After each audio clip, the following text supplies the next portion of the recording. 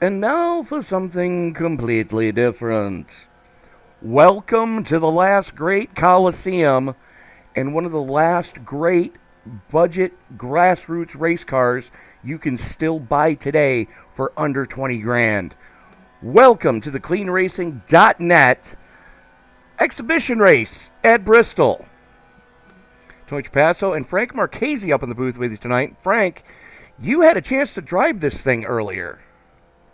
I did, and it's quite fun. It's going to be a super speedway race here tonight, but it's basically a super speedway race in slow motion. Think of how crazy it can be at Daytona or Talladega at 20 miles an hour, at 200 miles an hour. Here, it's going to be about 90, 95 miles an hour. Plenty big a track for this kind of car. Absolutely, as this car only tops out at about 120 miles an hour. It's based on a Volkswagen Beetle from the 60s, so the Gen 1 Beetle is what this thing is based off of, using the standard 1200cc Volkswagen engine and the sport 4-speed transmission, as well as the front suspension that came on that car. This class has been around for SCCA since 1966. And you can still pick one up today, a brand new race-ready car for 20 grand roughly. And you can get the same car in kit form minus the Volkswagen parts for about 8 grand. So very grassroots, very beginner-friendly. It really plays key into driver skill more than technology. Yeah, absolutely. You need to have the technical ability to know how to get around one of these racetracks and do it quick. It is very much a driver's car instead of just like a Formula One car where one car can be mechanically better than the other one. You have to be very smart in order to drive one of these quickly. And speaking of guys that are smart and know how to drive these things quickly, some names that have come through the Formula V ranks throughout the years, names you might recognize, such as Arie Luyendyk, Rick Mears, Bobby Rahal, Scott Dixon, Niki Lauda, have all come through this division as they've started their climb up the ladder in open-wheel racing. One of the most popular classes of beginner open-wheel racing around the world, with series all over North America, the UK, Ireland, Australia, South Africa, Germany, New Zealand. Those are just a few of the names that have currently series for this car. As you're going to recognize quite a few names, as we do have a relatively short field tonight, but with the way this car works, I'm expecting everybody to be real close to each other when we do turn them loose. Yeah, absolutely. And only 10 drivers here tonight. But again, it's just an exhibition race. It's for fun. The cleanracing.net Season 12 will begin this next upcoming week at Chicagoland Speedway. So this is just a little off-season bragging rights race, a little bit of fun. Take this thing around a track it's not meant to go around. It's going to be a lot of fun here tonight. Absolutely, Frank. Talk us through what we can expect to see as we're about to go on board. As soon as I can figure out, there it is. We are actually on board. Come on, work with me. With Chris Smith right now. Or not? All right, then. Let's go on board with Kevin Becker, as he is now up to speed in the 85. And talk us through a lap here as he's coming out of 2. There are 2 gears for this racetrack. Let's actually, you know what? We're not going to go on board with anyone because we're going to qualifying. There are going to be 2 different types of modes, I guess you could say, that this car is going to be in. It's going to be in a qualifying mode or in a race mode. Basically, the mode setting would just be what gear you decide is your top gear. 4th gear gives you the higher speed, but it also lowers the RPM, especially going through these corners. 3rd gear is the gear you might want to be in if you want a higher RPM or if you think you could possibly get a run. But one thing that is really going to help with these cars as we see Frederic Garcia begin his qualifying attempt, one thing you're really going to want to focus on is gravity in these cars. Because they're so light and because they're so slow, you can really use the high banks of Bristol to an advantage in order to get straight line speed down these long straightaways. Yeah, absolutely. I mean, this is going to be a momentum car, without a doubt.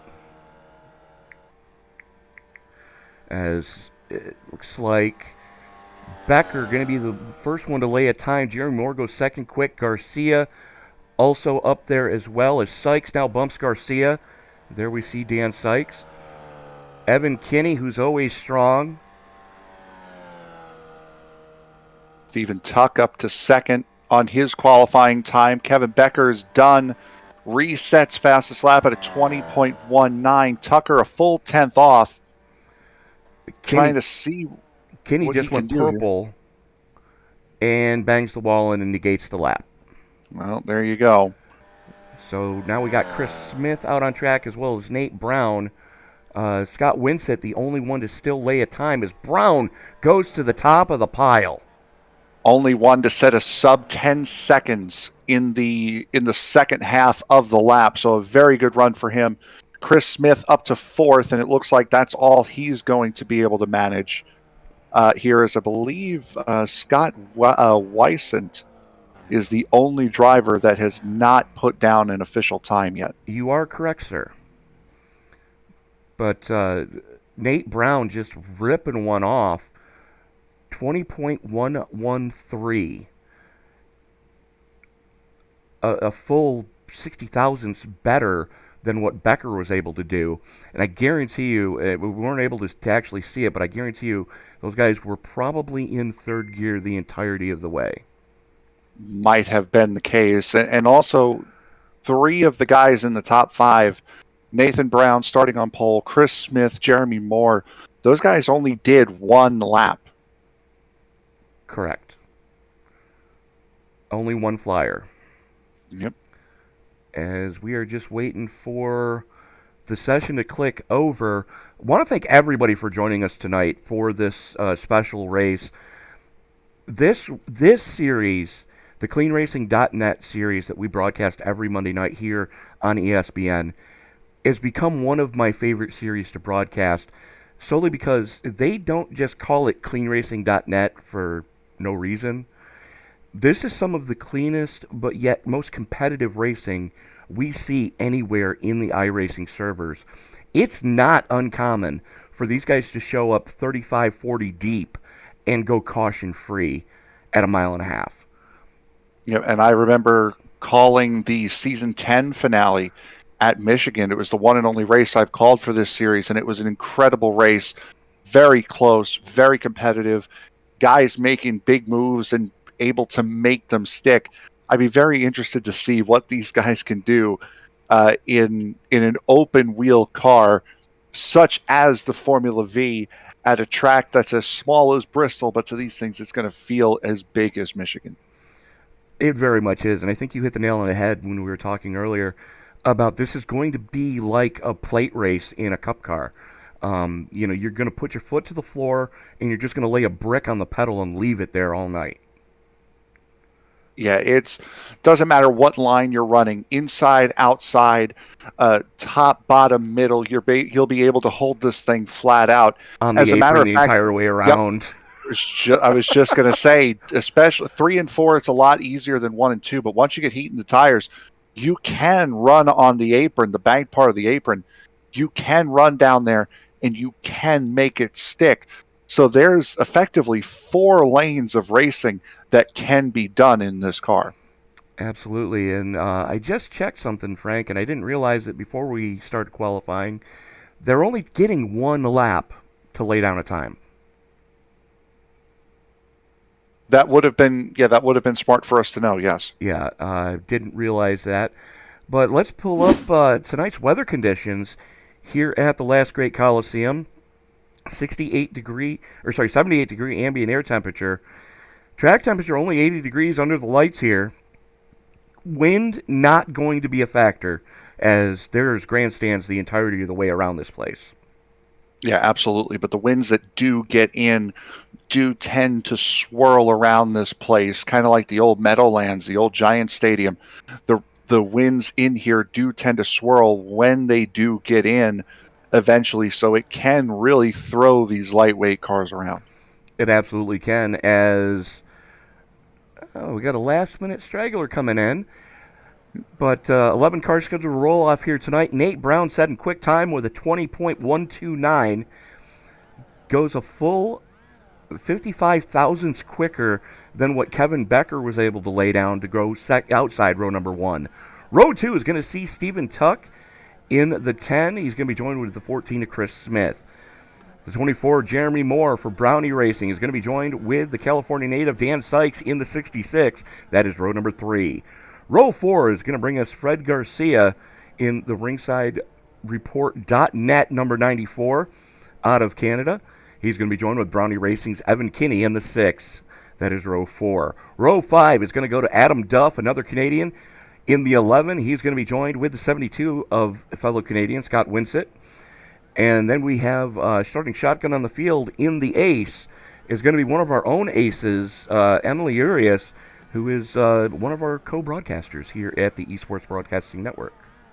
Yeah, absolutely. And it looks like the 72 is going to miss the grid here. So as these guys roll off for their first of 2 pace laps here prior to the race beginning, 120 laps here tonight. We will have 2 stages in backwards order from what we're used to seeing. The longest stage will be the first stage here, 50 laps. The first stage.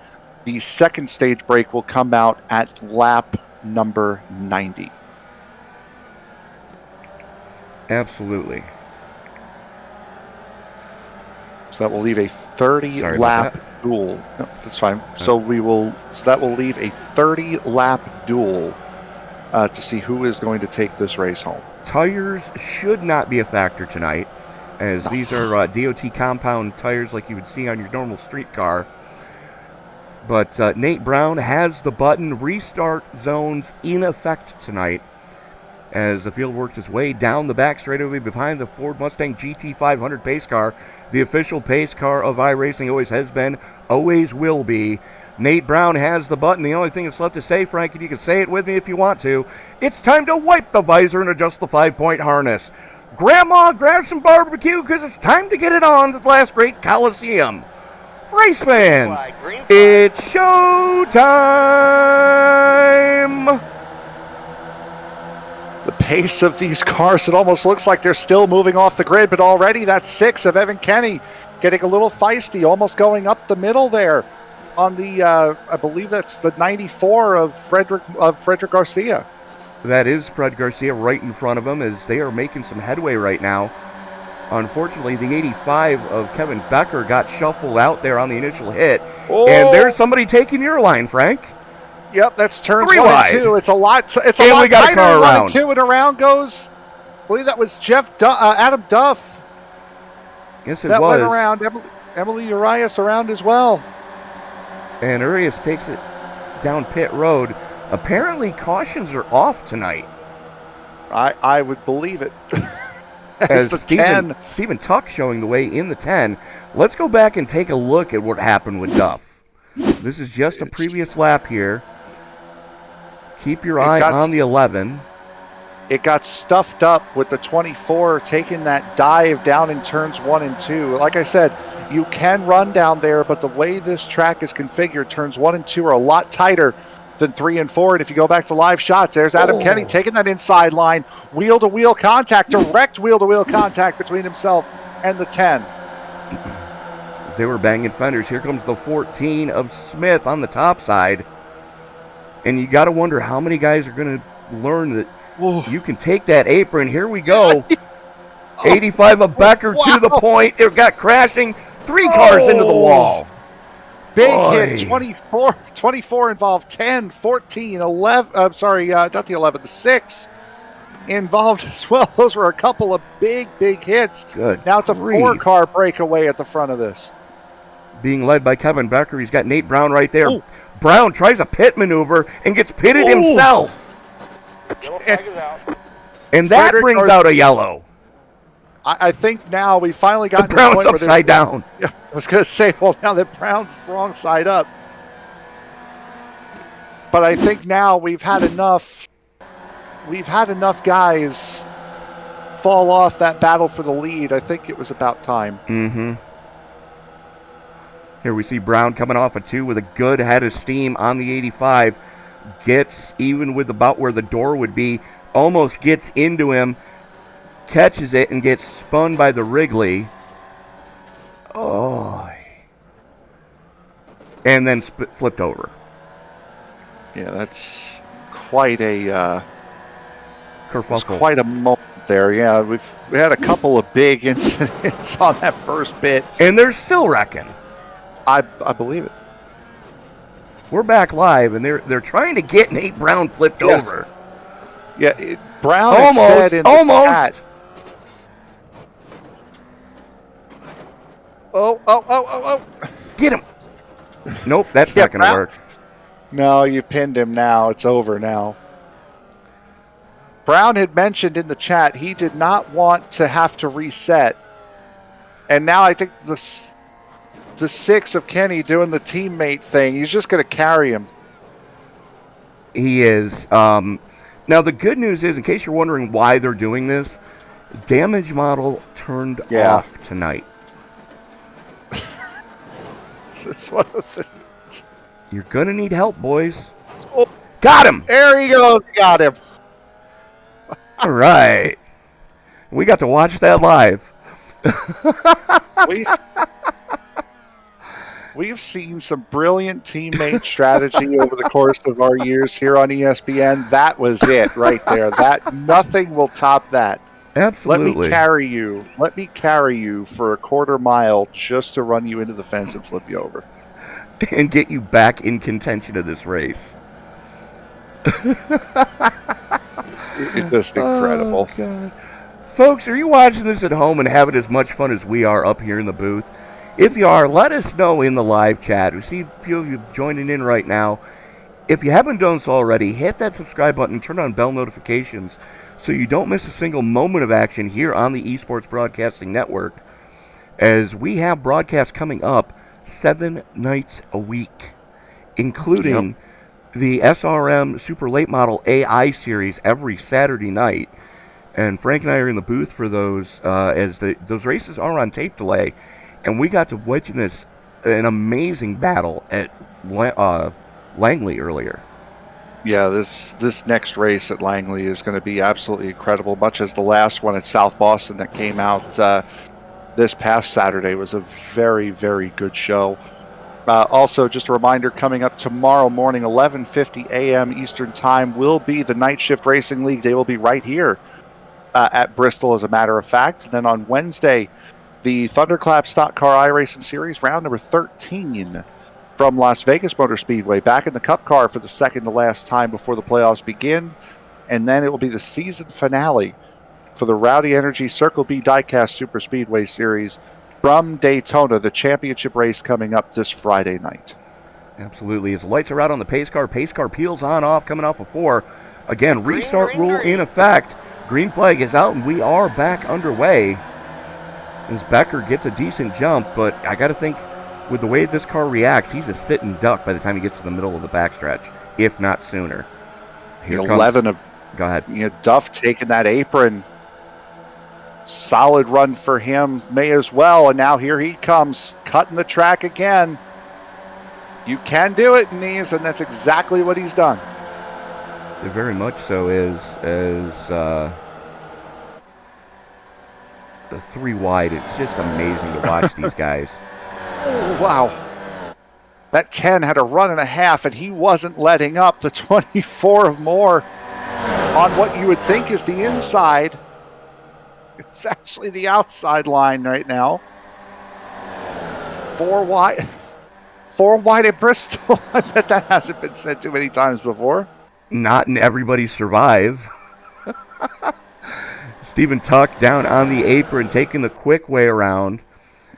Sykes going to get a run off of 2, though. Sykes now with the nose out front. It looked like, there you go. That's exactly what you were talking about, Frank. Tuck got it bound up coming off of 2, trying to keep it low through 1 and 2. Jeremy Moore getting out to that race lead. A little bit of contact there between the 85 and the 6. Sends Kenny around. 85 around as well. Yellow flag is out. And that's going to bring out another caution, as we are going to take a look at what happened to Kenny here. You can see him there on the top lane. Looked like they hooked wheels. Gets the run off of 2. 3 wide, 4 wide, and gets up into, and around goes the 85, and around goes the 6. Yeah, and that was Emily Urias going for a ride as well. The 6 had a great run and decided to take it. See Urias there on the front row on the top side. Little bump drafting. She gets loose coming off of 2. And she's not on the lead lap here, by the way. She is a couple of laps down. Oh, no, that wasn't her. That's her getting spun there. She was trying to get her lap back the hard way. Yeah, she was the second car in line, and then it does hit the race leader and got the nose of that car hooked up in the gearbox of the car in front of her. As we're seeing some guys take them down pit road, possibly to get some fresh shoes put on those cars, which, again, not a big deal with this car. But, Frank, something we were talking about earlier, moreover, with the super late models, they have what they call a wide 5 hub. Mm-hmm. These cars also have that, being as the spindles are based on the Volkswagen Beetle. You can see exactly where the lug nuts are as we're on board right now with Evan Kinney looking at his right front suspension. Yeah, it's quite a nice view right here, and you could see how the grooving in the tire. And another thing that is nice when we do get a chance to run these open wheel cars is with this most recent update, iRacing added like actual visual wear on these tires. So if you get a flat spot on one of these, you can actually see it, and you can see these tires wear out, and you can see the tread on these tires start to go away as the run goes on. So it'll be interesting to keep peeking at this camera as the race goes on to be able to see the difference. Very much so. And the other thing that you don't get to see in a lot of other cars is the suspension fully working, where you can see that is the front suspension off of the Volkswagen Beetle and very, very early Porsches. It's 2 torsion bars. Yep. Simple as you like. Exactly. I mean, it doesn't get much simpler than that, as there is an inboard shock. As you can see the strut arms going into the chassis. that is where they hook up to the shock, which is actually under the cowl. As the lights go out on the pace car, we are getting ready to turn them back loose. Stephen Tuck showing the way right now, as they just put, it looks like Emily Urias got the free pass. Dan Sykes back on the lead lap. She is now back on the lead lap in the 1. Nathan Brown 5 laps down at the moment. Scott Weissent a further 10 laps down, so he's 15 off the race leaders, having started this race a little bit late. Absolutely, that is a big kerfuffle right there. I believe it was Jeremy Moore that was blinking on the top side. Yes, it was. Green, green, green. Green flag comes back out, and we are back underway. Great restart out of the back. I think it was who in the heck was that? On the outside, it was the 6 of Evan Kenny. Had a fantastic restart. A little bit more contact. 24. Watch the pit wall.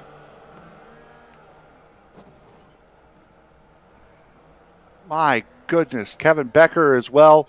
Green flag stays out as the wreck is off the racing surface. We're going to go back and see what happened with Becker. You see Moore right there in front of him as they... Oh. What the heck? Hooked tires and away they went. No, I want to see that again because I just saw stuff fly off the 24. There you see him in the middle. And... Oh! The tire barrels and the cone explode. Yep. Boy, backup live shot here of the lead. The 6 had a big swing on the inside line going through turns 1 and 2. Actually got his rear wheel in between the wheels of the 14 and actually made contact with the actual physical car as here comes the 1 of Emily Urias up the front. Oh, around. Watch out. Keep it straight. Not quite. Around goes the race leader. Stephen Tuck, caution out. Daniel Sykes is flipping. Or Chris Smith, rather. And that's not a caution for some reason. I'm wrong again. It's not Chris Smith. Well, it started with Scott Winsett here. Somebody's flipping. And they're still crashing. There you see Winsett on the top side. And that's what it is with these open wheel cars. You get those wheels hooked, and it's game over. Oy. Now Emily Urias has a clear lead by a half a second. She's battling with Nathan Brown, who is not for position. However, Daniel Sykes in the 66, who's coming up behind her, is for position.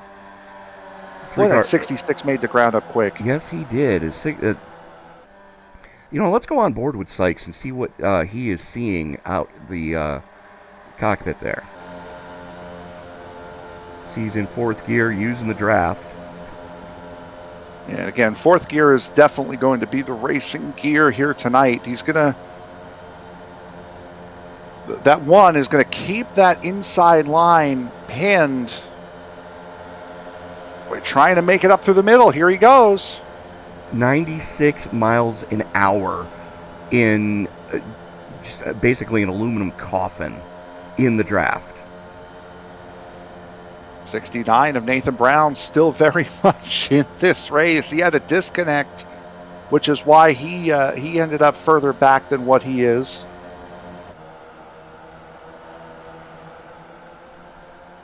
Before the race lead, around goes Urias.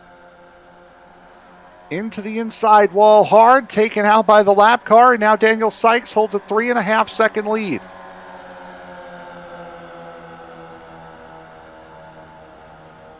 There we see Sykes in the 66 as he's working the backside of Nate Brown right now. Brown giving him room, and I don't think they realized just how close they were.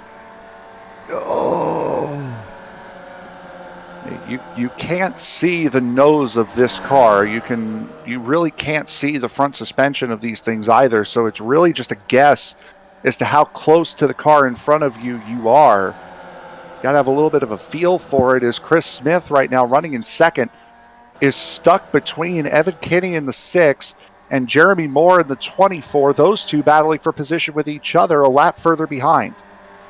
That they are, after going down pit road the hard way, is that Nike 14 of Smith almost got turned. 6 of Kinney really had a big moment coming out of 2. Uh-oh. 24 doing everything he can as the caution comes out. Something just happened to Fred Garcia. Let's take a look here as you see the 94 of Garcia there. I think it was a couple of laps ago is when it happened, and I think now they're calling the caution to get everyone back on the one lap and bring it closer here before we come to stage end. What just happened with Garcia? He just went up the track, down the track, and into the wall. And something just happened again with Nate Brown. Let's take a look at what happened to our lone admin in the server tonight. Not quite sure. Ooh. I'm not quite sure what would have happened with the 94. Waiting on the pace car, it looks like.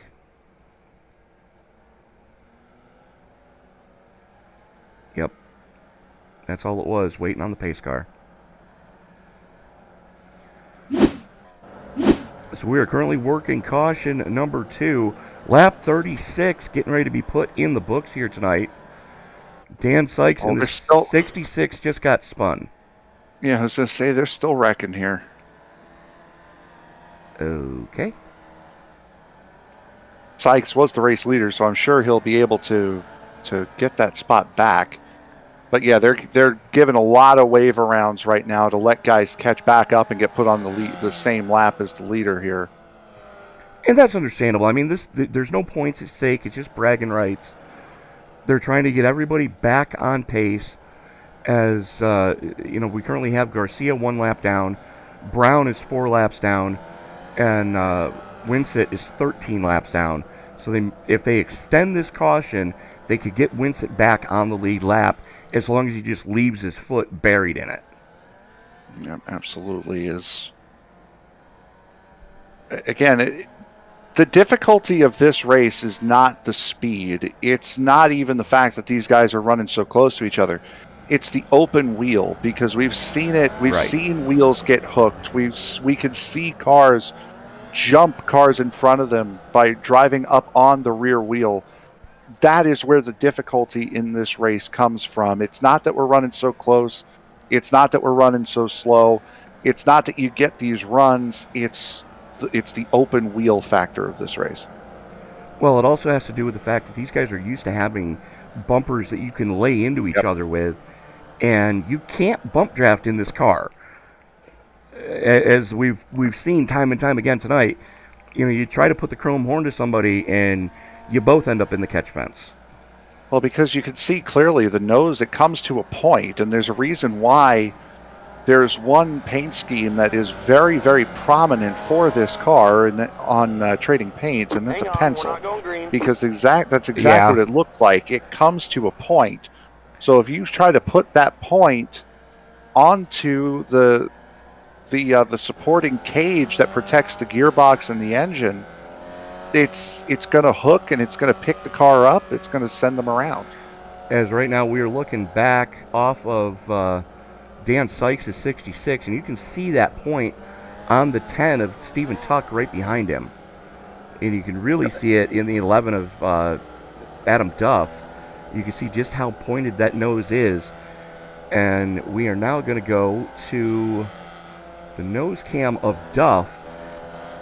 There's nothing to hit there. Yeah, no, it's a frame brace that holds the transmission still. Yeah, that, and it's also, boy, a great look at the rear suspension, by the way. And you'll also know that's the exhaust for the engine up at the top, and that is clear of that front bumper as far as height is concerned. So nothing is going to hit that exhaust. It's all going to be on that rear suspension point at the back where those, what looks like LED lights are. Well, it's 2x2 channel iron. That's all that is. Yeah, and that little brace to keep the gearbox from falling out the back of the car. And then you can see the lone shock up there as well. And if you're on the nose camera view, you're getting a great look inside the gearbox. And that's what inside of a Volkswagen drivetrain looks like. There you go. Oh, good grief. You want a good shot of it. That's it. We got it. You ain't gonna get better than that. Absolutely. So Sykes showing the way right now. That's the 66 on the low side. Chris Smith in the Nike 14 on the top side. That is our front rows. The pace car getting ready to haul it on off. Frank, why don't you bring us back? All right, so the field now has pretty much gotten back on the same lap. Somebody's gone around. I believe that's somebody in the back had gone around there. Emily Arias. Going through 3 and 4 as we are back underway. The 14 of Chris Smith right to the lead as the 66 falls through the middle. Contact between the 66 and the 6 as the 24 heads up through the middle. And they're almost getting into each other again as they haul it into turn number 3. As tucked right up, or as Jeremy Moore tucked up underneath him. And here comes Oi! That was the 66 and the 24 going around. Still a little nice 5-car group up here at the front, led by Stephen Tuck. Yeah, very much so, as Tuck's number 10 has been fast since they unloaded off the hauler. Here comes the 11 of Duff down onto the apron. They bang wheels coming off of 2. Got the wheels inside, in between the wheels of the 10, did the 11. And we're back under caution. Boy, yeah, we are, and we're very close to the stage. That's got to be the stage. Oh, that is the stage. No, we were close. 6 and the 11 both go around. Working lap 45, so this could be the stage unless we're going to have a quick yellow here. Now let's take a look at what happened to the 11. As you can see him bang wheels with the 10 coming off of 2. They go into 3. The 11 is still down on the apron. Here comes the 94, Fred Garcia. Caution flies. And around goes the 6 on his lonesome. The 11 does the same, jumping on the binders. It's quite wild racing. It has to be said. It has been non-stop since the start of this race, and we're seeing some pit stops here. Absolutely. Under that caution, tell me you've got your rear brake bias dialed way up without telling me you have your rear brake bias dialed way up. Exactly. That's about the only thing you can really adjust on this car. It's a sealed gearbox from Volkswagen. They seal your engine when you go through your first tech of the year with the powertrain in the car. And the only thing you're really allowed to change is we are going to go... let me see if I can get the right camera here. As we are on board... Let's see who's close. You can see it there, the shock absorber that works for both sides of the axle. That shock is what springs the rear end. So there is a leaf or a coil spring back there, but that you're allowed to change the valving in that. Spring rate you can't really change because the car will drag if you go much softer than it already is. Man, and again, these cars are not made to run on ovals. These things are made to run on flat road courses. So this thing is definitely out of its element right here, and so are these drivers, which makes for a fun exhibition race. Absolutely. It's car and driver combinations that really have no business being together. Or car and track combinations is... What are you doing? Well, you can tell they got damage off, and they're loving every minute of this. All right, so Jeremy Moore sends one around. Having fun with Kevin Becker in the 85. Oh, good grief. And I think one to go here, Yes, so we'll get We'll get a couple laps here before the never mind. No, I don't think we will. This round goes the 10 of Tuck. Oh, So good grief. we might get a couple laps here before the end of the stage. And Frank, if you want to jot down to Channel 9 and ask them what's going on, I would be much obliged, sir. Yeah, I will. Oh, well, looks like they're going to green. We here. are going green, whether or not we're actually... Green. Well, that means we're going to have a one-lap shootout for the stage. That's what it looks like, as Adam Duff gets a nice start. But Becker on that inside line, and that's what I was talking about with gravity. You saw that 11. Oh, well, you saw what I was talking about with gravity. He was coming down that hill, picked up a lot of speed and momentum as compared to the 85. Absolutely. Is Becker to the point. And here comes more. All of them down on the apron through 1 and 2 again. And that just bogs the car down. I'm having a feeling that was the stage. Otherwise, it would have come out. Yep. The caution would have come out by now. Yellow flag is out. There it is. Well, there we go. So Kevin Becker wins the stage. Becker, Moore, Urias, Duff, Sykes, Tuck, Brown, Kenny, Sykes, and Garcia. And from what I heard, there might be a little bit of a cash prize that goes to these guys. So Kevin Becker will have a couple of dollars headed his way. Absolutely. For as long as he bought in. Now, you didn't have to buy in, but it was an optional buy-in if you wanted to get paid out, because they are paying the podium. Oi! And what do we always say whenever you put money on the line, Frank? You find out who your true friends are. Yeah, racing gets a little bit more intense. Kind of reminds me of a joke my therapist told me. Guy came into him one day and says, "Doc, I'm a teepee. I'm a wigwam. I'm a teepee. I'm a wigwam. I'm a teepee. I'm a wigwam." Doc says, "Calm down. You're just 2/10."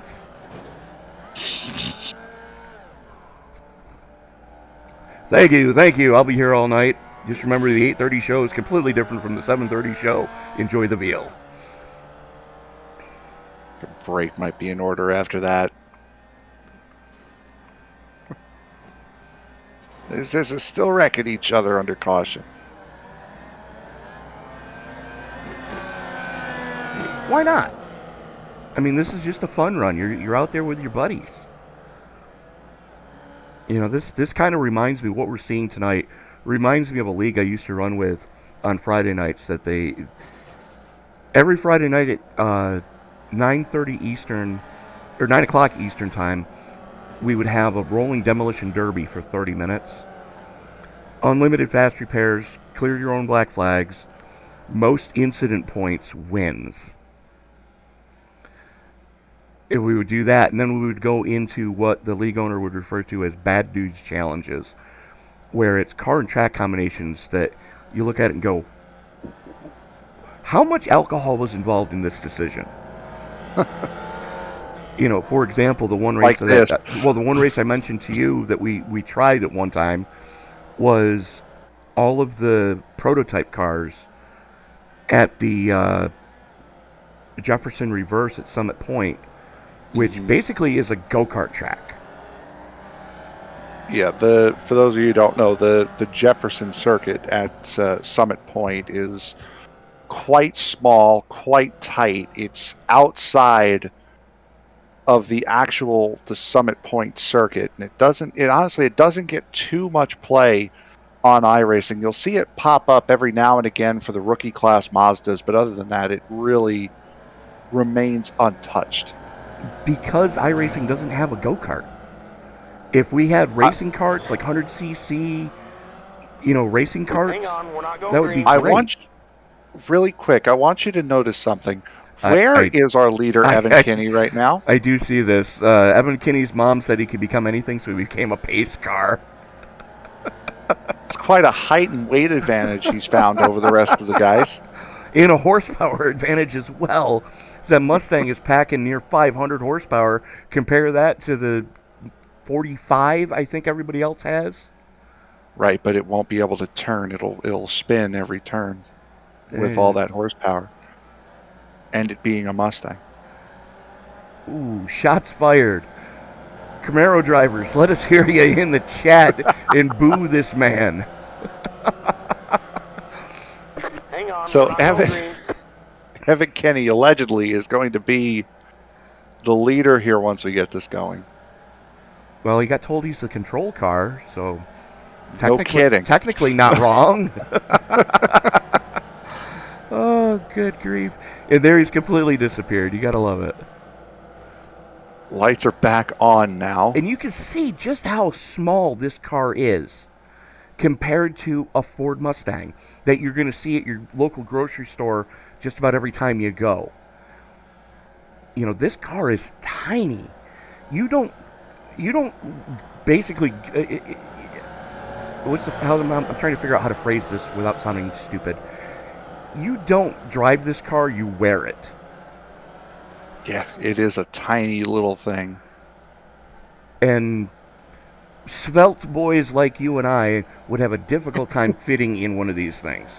Yes. Maybe when I was 10, but not now. Yeah, like back when I was in high school and in shape, I probably could have pulled this off, but not so much now. For me, it's not even just the width problem; it's the height problem as well. Being 6'5". 6'5", you would probably adjust the pedals, though your feet would probably be in front of the front axle if we did it. Yeah, exactly. So now the lights go out. Evan Kinney, Emily Urias, Dan Sykes, Nate Brown, and Fred Garcia rounding out your top 5 as the lights go out on the pace car. Field working its way through 1 and 2. You see Urias just scraping those tires, trying to get whatever cleaning she can on them. As, mind you, this is a DOT street legal tire. And the reason why you would want to scrape the tires here is not just because you want to get heat in them, but with that heat that's in the tires for here, it makes it a lot easier to hug that apron if you do get lucky enough to get around to it. Second stage about to begin. Kinney getting a good getaway. Urias goes on the defensive, drops down. Nate Brown on the top side now, leading the charge as here comes Dan Sykes in the 66. Sykes with a nice little run on the inside. Third car on the inside line. The 94 of Frederick Garcia coming up right behind the 69 and the 14, both sliding down to the inside. Wow, they're doing the Indy Snake at Bristol. Ooh. Well, there you go. Smaller scale on all the facts, and there it is. As I had mentioned before, the wow. Oh, that one took a couple of very hard hits. We're staying green for the moment. Let's go back and take a look at what did happen there. Urias down on the apron. So I was saying the factor of this being an open wheel car, you can climb up on the car in front of you, and that's exactly what happened. The 66 got a good run and just climbed up on the left rear of the one. And the 94 of Fred Garcia went up and over. Evan Kinney, I'm sure, does not want a caution to come out right now, seeing as though he's 2 seconds clear of Nathan Brown. However, Nathan Brown does have draft with him. That he does, as there's the 85 of Kevin Becker right in front of Brown, and the 24 of Jeremy Moore right behind him. And neither one of those guys are for position, so the only thing that he has to worry about with those two is them misjudging a run. Very much so, as they go to the top side to go around Becker. Becker, though, taking the preferred line. Here comes or so Moore. We thought. Not a bad decision for Brown to get out of the middle of that. Moore and Becker are for position with each other. Yes, they are. 9th and 10th, respectively, those two run. Pardon me. Good night. This is your closest battle on track right now. Oh, a little bit of blinking for Moore, but you can hear just how softly sprung these cars are. You can hear the chassis scraping as they go through the corner. And you almost saw the 69 hook that back suspension of the 24 as the 24 was just doing it to the 85. These guys are getting really up close and personal with each other. As we look a little bit further back through the field, Daniel Sykes and Emily Urias having a battle for fifth. Sykes takes it. Urias battles back, coming off of 4. Just glued to the transmission housing of that car. Kind of tiptoeing right now. She doesn't want to get into him because there's a good chance she's going to take herself out if she doesn't. And caution's going to come out on lap 90. We know that for the stage break. Right. It would behoove her, I believe, to just stick behind the 66 or maybe kind of use that slingshot leapfrog tactic There you go. to try to climb up to the 10, who's only about a second and a half up, as now there's a battle for the lead as that group of 3 of Becker, Moore, and Brown have caught Kenny, and the lead has changed hands. Nate Brown in the 69 as Kenny and him go side by side. 3 wide. Wow. Oy. What a move by Kenny to jump down to that apron and then just barely have enough room to sneak between the 24 and the 85 to take the lead back and get to the outside line. Well, you can tell Evan Kenny has been practicing because he's figured out where that car is. And just as I say that, over she goes. 1, 2, 3, 4, and 3 pirouettes. It's a big hit. Nathan Brown went around in that as well as And Kenny here comes tried. Duff. Yep, Duff is going to take the lead now. Scores are in for that gymnastics display of Evan Kenny. 9.2, 9.5, 10 from the Romanian judge.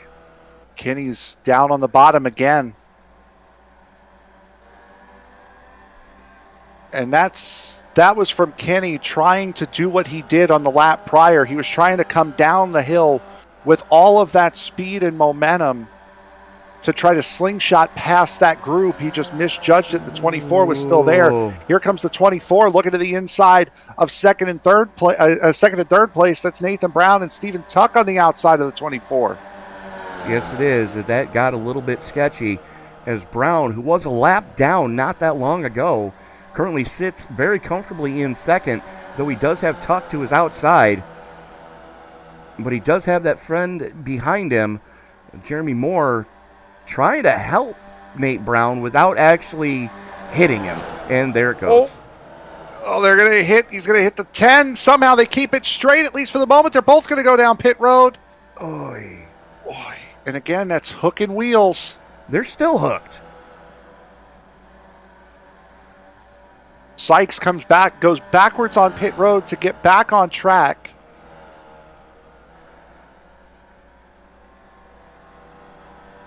There's now Sykes and Urias battling for third. You see Sykes right in front of the ace of Urias. Smith and Garcia battling just about 5 or 6 seconds behind this pair of Sykes and Urias. And there you see the 94 of Garcia and the 14 of Sykes. And I got to admit, I'm kind of happy with what I'm seeing on Garcia's car because, let's face it, this car does kind of look like a pack of gum. Yep, absolutely.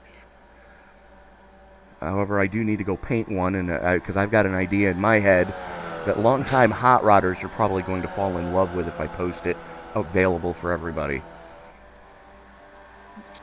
Something else that somebody's going to love. Daniel Brown and Emily Urias have caught Nathan Brown for second. Brown is 3 seconds. Brown is 3 seconds behind Duff, who currently leads. But now this has become a trio, and we saw what happened the last time 3 cars got together to chase down one. They were able to successfully catch that one just as they would at a super speedway. As both of them are going to go to the outside, Urias drops back down to go with Brown on the low side, hanging Sykes out to dry on the top lane. Sykes, though, able to keep the momentum up. Urias hurt. She had to jump on the binders to stay off of Brown. And this is hurting all 3 of them now as they've lost 0.3 of a second in just that lap alone. Now that they're squabbling here as I think Frederick Garcia has gone around. He has. There he is, slow on the backstretch. Let's go take a look at what did happen to Fred. See him with the 14 there. Flirting with the apron. I think we missed a 10, was around backwards as well. I believe we were, yeah. Show and Tuck was around at some point. Oh, just gets punted by the 14. As we're going to go take a look at what did happen to Tuck. There you see the 10 of Tuck. And there you see... That's, as you do. Yeah. Oh, boy. Live shot slow in the middle of the track was Kevin Becker. As that group of Brown, Sykes, and Urias came around him. Boy, That's go what back to happened live. to Tuck. Back to live pictures, please. As we are 3 wide, that's Tuck on the low side, Sykes in the middle, and Brown on the top lane. Brown was second in that group.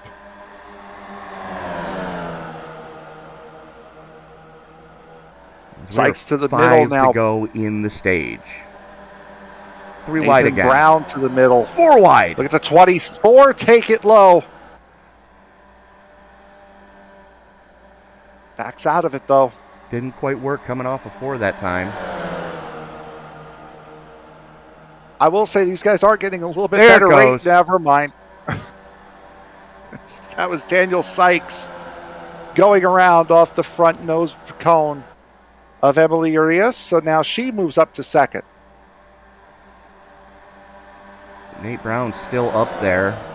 And both Urias and Brown were a lap down just before that last stage break came out. The lap cars on the inside, the leaders behind them. 24 not on the lead lap. There's the 1. Looking to try to gain just track position, not actual labeled position. 69 of Nathan Brown now on the inside. Brown following the 10 of Tuck, as those two have done battle all season long in the trucks. Oy. There it Urias, goes. a little bit of a push. The 24 ends up having to swing up to the high side. Oh, they made contact coming through 3 and 4. Yeah, they did. So we're Duff, getting ready Urias, to- Brown, Smith, Kinney, and Sykes, your lead lap cars, and there's the caution. That's the stage right there. Adam Duff taking the stage victory. Emily Urias getting second place. Nate Brown in third. Chris Smith, Evan Kinney, Dan Sykes, Fred Garcia, Stephen Tuck, Kevin Becker, and Jeremy Moore rounding out your top 10. Scott Winsett still multiple laps down. And because of that, we are going to step away, pay a couple of quick bills, and bring you the remainder of this race after this. We'll be right back.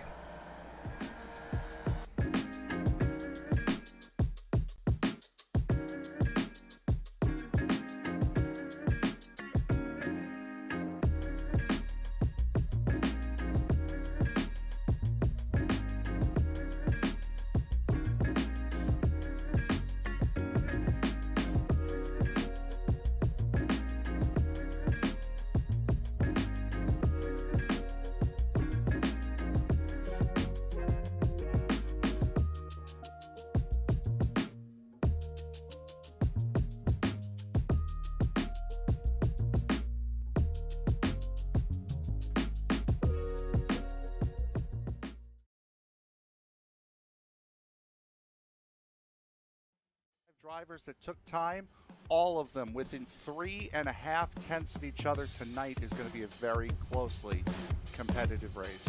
As the field works its way out of the 3-4 complex, the only thing that's left to say is wipe the visor, adjust the 5-point safety harness, because race fans, it's showtime!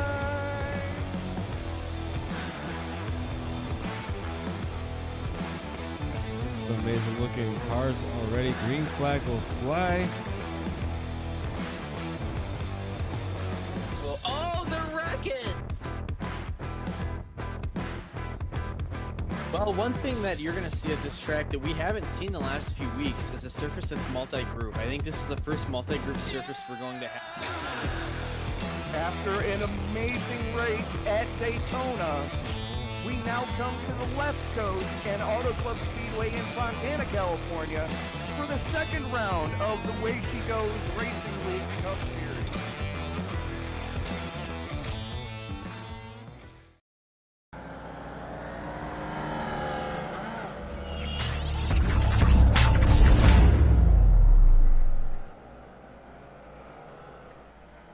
As we are back at the last great Coliseum for the CleanRacing.net exhibition race here tonight at Bristol in the Formula V. Tony Trapasso and Frank Marchese up in the booth with you. Thank you so much for making us a part of your evening. As there is Kevin Becker, your current race leader. And I don't know why he is so far ahead, as we are still under caution. After that stage break, these guys are starting to get back. I don't know if Becker realizes that he's actually a lap ahead and needs to let these guys go. I don't Or think he needs does. to stop. Yeah, he's slowing down now. Now he's coming into pit, so maybe... Okay. I don't know. Again, single pit lane here at Bristol tonight, so you need to enter on the backstretch and come out in turn one.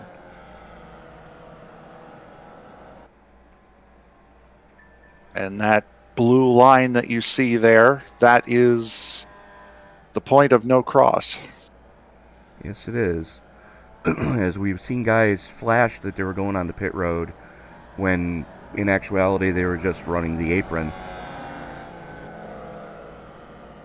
So Emily Uria should end up with the race lead here with Becker pitting. Maybe?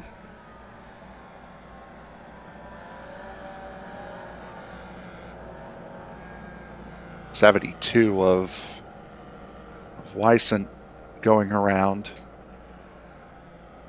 Weissent a good 20 laps down still at the moment. And it looks like Becker putting fresh tires on. Just a little bit extra grip down on that apron, may as well. Why not? 24 laps to go. And his lights should be going out on the pace car next time by. As there we go. They're trying to get Winsett as many laps back as they can get him.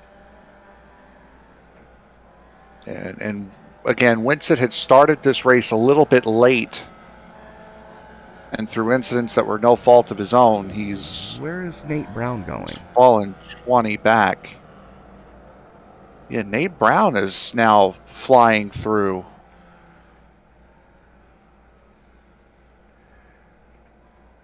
Not sure exactly what's going on there.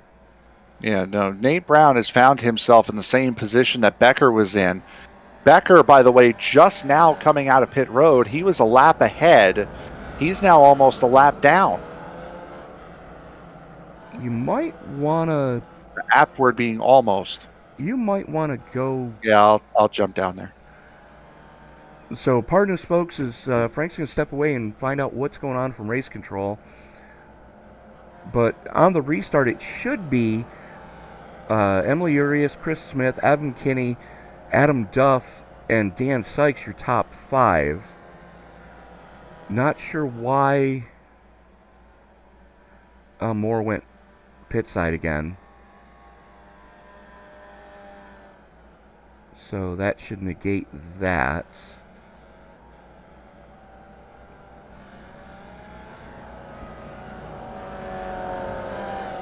Hang on, we're not going green.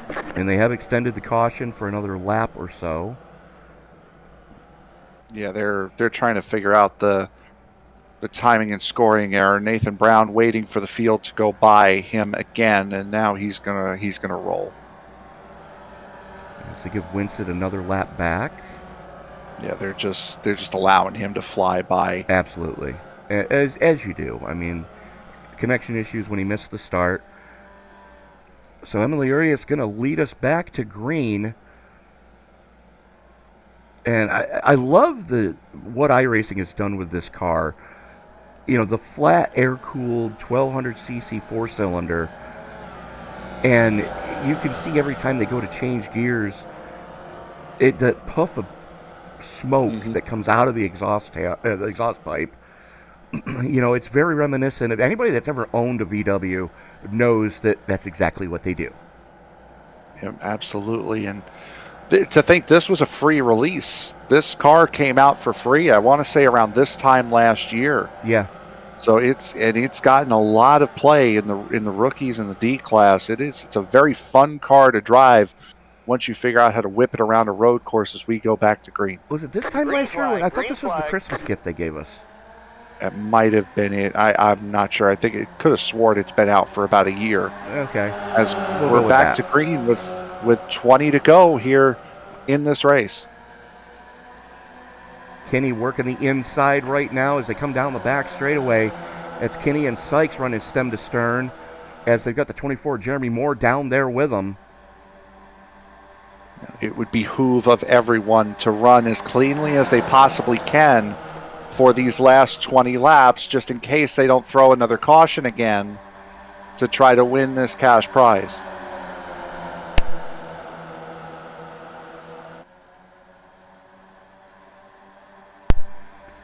Urias still holding the lead. Here comes Moore on the apron, taking the short way around. Not going to make it happen. Boy, the problem with that is, there it goes. And around goes. And we're back under caution. Yes. Or at least we still should green. be. Yeah, no, we're still green. 94 is in the pits. The 6 is upside down. Still sliding. So is the 66 upside down as well. They're both going to reset. Well, the 6 is still on track. The 66 has gone back pit side, as has Fred Garcia in the 94. The 6 is just still sitting there. There he goes. Finally gets it reset. That battle for the lead still hot and heavy with Urias, Smith, and Brown running stem to stern. You don't want to have to reset in a time like this, but it also wastes you a very short amount of time if you just immediately go to reset it instead of waiting for somebody to possibly come and knock you over or waiting for the caution to come out. Right. And I stand corrected. That's not Brown that was up there. That was the lap car, Scott Winsett, who now separates Smith and Urias. As Brown now and Kevin Becker have caught the top two. So we've got a 4-car tango, 4 position, 5 cars in total at the front of this piece. Weissent really holding that 14 down. 69 of Nathan Brown's going to try to take that advantage. Watch you don't get the wheels interlocked. They got very close. Brown goes to the top shelf as they haul it off into turn number 1. Looking to make it 3 wide. Currently sitting on the outside lane. He's going to lose his spot if he's not careful, as that's Kevin Becker on the inside getting the draft off the 2 leaders. It's really not the smart play to go to that outside line if you don't have to. And if you're going to want to if you're going to try to make the inside line work, the inside line being the apron, you really have to have the momentum to do it. Otherwise, you're going to have big problems, as so do the 72 and the 69 have right now. Nate Brown just shuffled as he got into the 72 of Garcia. We stay live, though, with Urias, Smith, and Becker all over each other right now. And here comes Smith on the low side. Or, sorry, that's Becker on the low side. But again, just they're trying to do that inside line move at the wrong end of the racetrack. Turn 1 and 2 is a lot tighter, which means you have to put a lot more lock into the car in order to get it to turn, which really slows you down as compared to 3 and 4. As here comes Becker looking for the race lead, shoves the 1 up out of the way. Good old hockey hip check from the 85 on the 1 of Urias. Smith able to get around her as well. As we are 10 to go, it'll be 9 at the stripe. 5.5 miles to get this one settled. Gotta defend and look at Urias up the middle, but she's gonna pay for it, but all 3 are around. That's going to let Jeremy Moore through. Absolutely. As Moore now almost a second to the clear as Duff and Tuck going after each other for second place.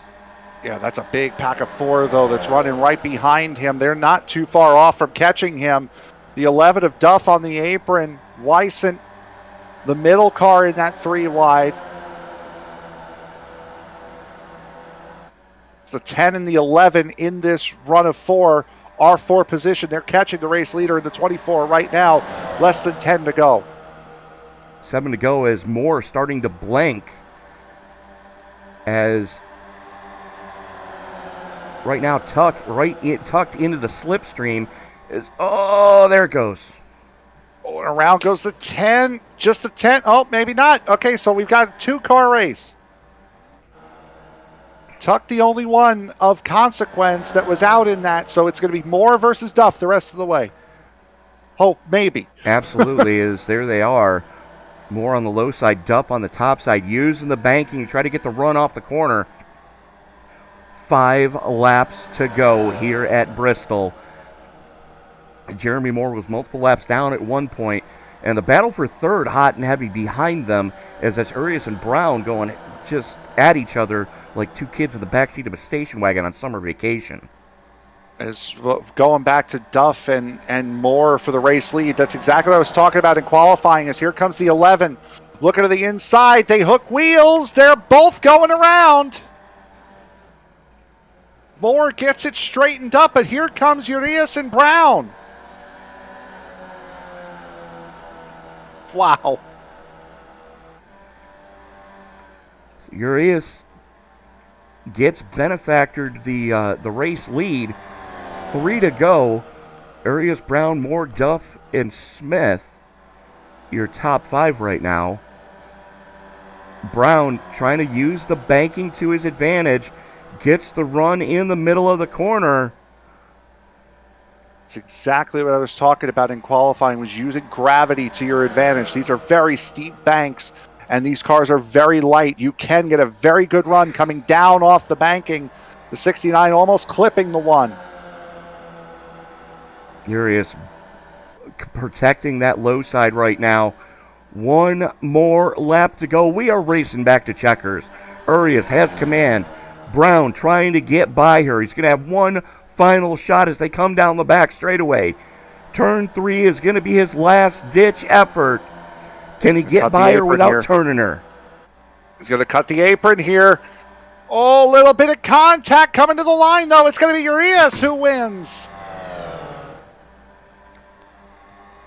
Brown hanging on for second. Moore in third. Adam Duff in fourth. Chris Smith rounding out your top 5. Stephen Tuck in the 10, rounding out your lead lap cars in 6th. Why, how do you get lucky? It's a way of saying welcome to... Yikes! Oh, and I say, how do you get lucky? Not being rude. They were those two were 5 seconds behind the 24 and the 11 when they took each other out from first and second. No, they definitely got gifted that one. And she's trying to do donuts. Where is she? She is not here. Not quite enough power to it, unfortunately. It doesn't look like. Unfortunately. So let's go in reverse order. As Frank, I believe you've got the driver of the 24, Jeremy Moore, with you now. Jeremy, it looked like a fun but difficult night out there as you guys tried to get used to these open wheel cars running this close to each other. What was it like from your perspective tonight? It was pretty chaotic. We kind of knew that going in. It was a great time. I think it took a lot more time to get everything all situated after the stages. It took up more time than we'd like, but I think it was a success. It was a lot of fun. A solid run for you. You were in that little duel for the race lead with about 7 or 8 to go, and then just hooked wheels. What were what were you trying to accomplish with that move there before everything got hooked up? Oh, I don't even remember what move you're talking about, but I knew that was going to happen, and it's totally fine. That's what tonight was about. So I had a blast. It's always a lot nicer when the pressure of points is off, but it will be the pressure of points will be on come next week when we start season 12 from Chicagoland. What are your thoughts going into the real racing next week?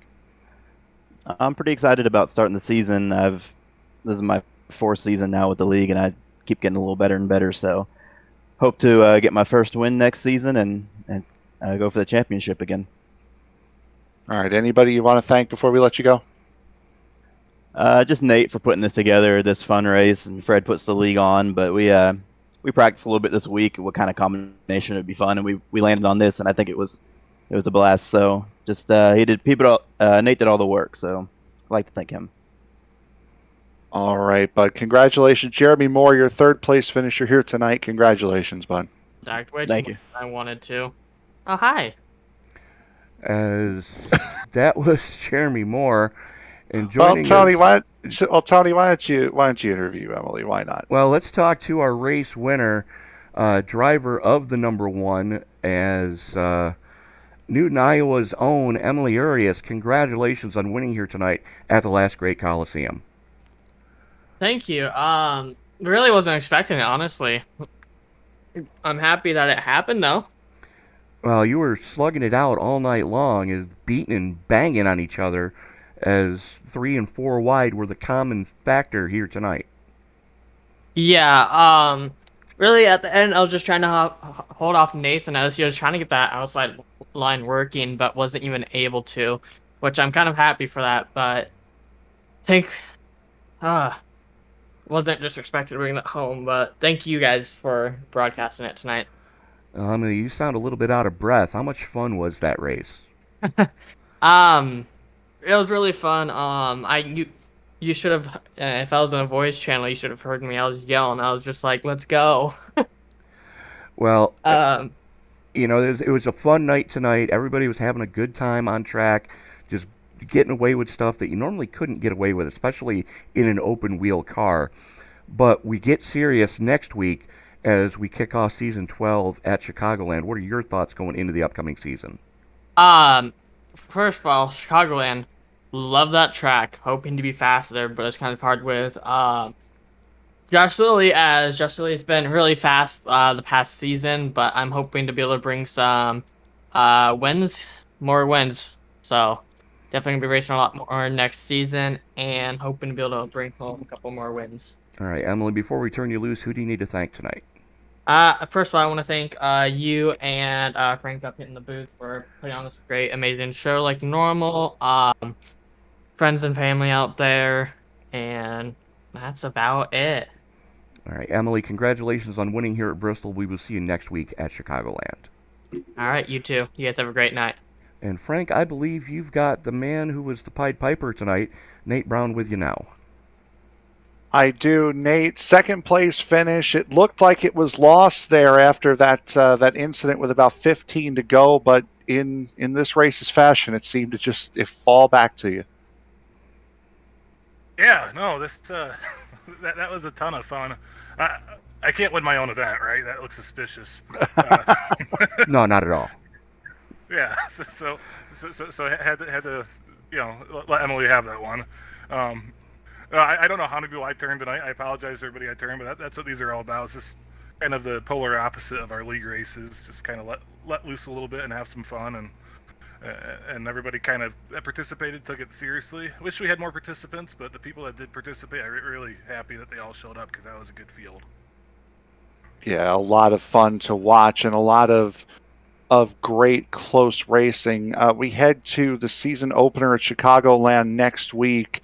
What are your thoughts going into the start of season 12 next Monday night? I won't be full-time season 12, so I won't be at Chicagoland. I've got teammates that will be, though, so we'll get them all ready. We'll get Evan and Josh ready, and Kevin and Jeremy as well. I'll be having that week off because it's 4th of July, so I'm patriotic. They aren't. yeah, I don't know. There's some tracks next season I'm hoping to actually do well at. I haven't won in this league in a very long time, and I'm all right with not winning. But I would like to be a little more competitive when I do race next season.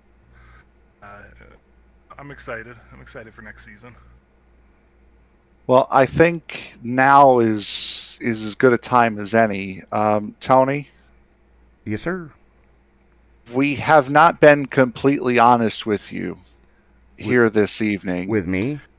Yes, with you. And I'll let Nate fill in the rest. I'm being fired, aren't I? Yeah, no, I wish it was that easy.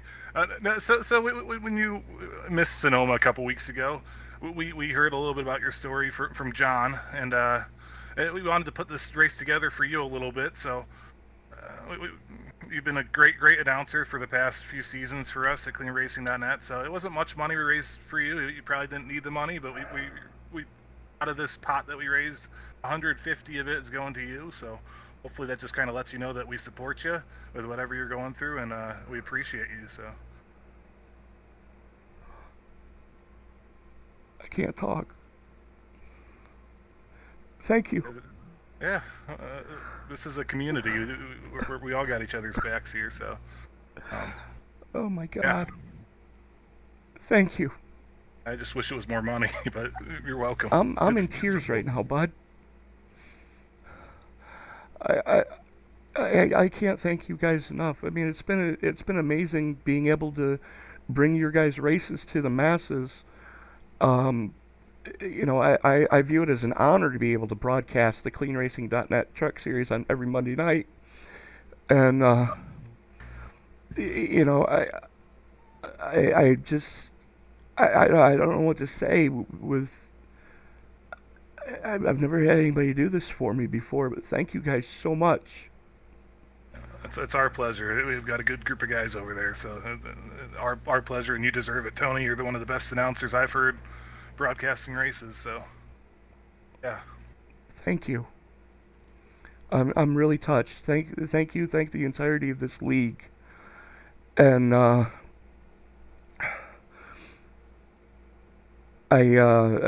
hope everybody's ready to rock and roll next week for season 12, because we're going to bring out all the bells and whistles and make these some of the best broadcasts you guys have ever seen.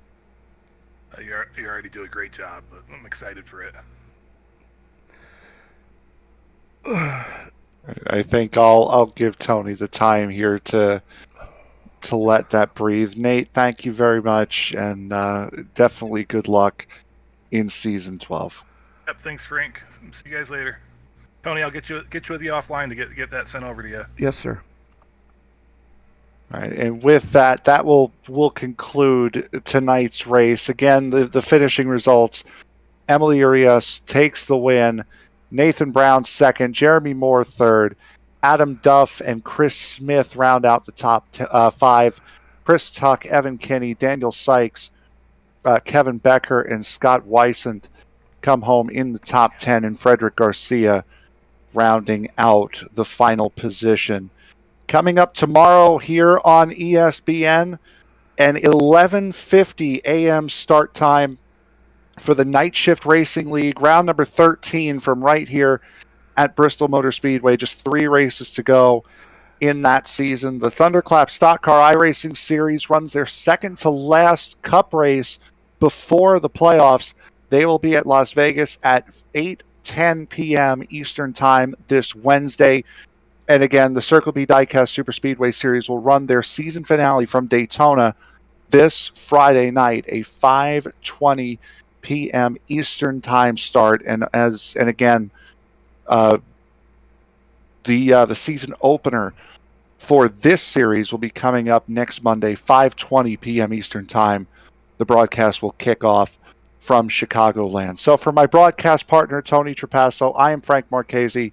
Thank you very much for making us a part of your evening, and we will see you all next week for the beginning of Season 12. Good night, everybody. And don't forget, everybody, that as you walk down the road of life this week, remember to thank all your friends for being there. You know, whenever you have times of trouble, that's what friends are for. and I really was shown that tonight, and I thank everybody that has tuned in tonight and has made us a part of their evening. But remember, folks, as you walk down the road of life this week, don't play in traffic. Good night, everybody. We'll see you next week.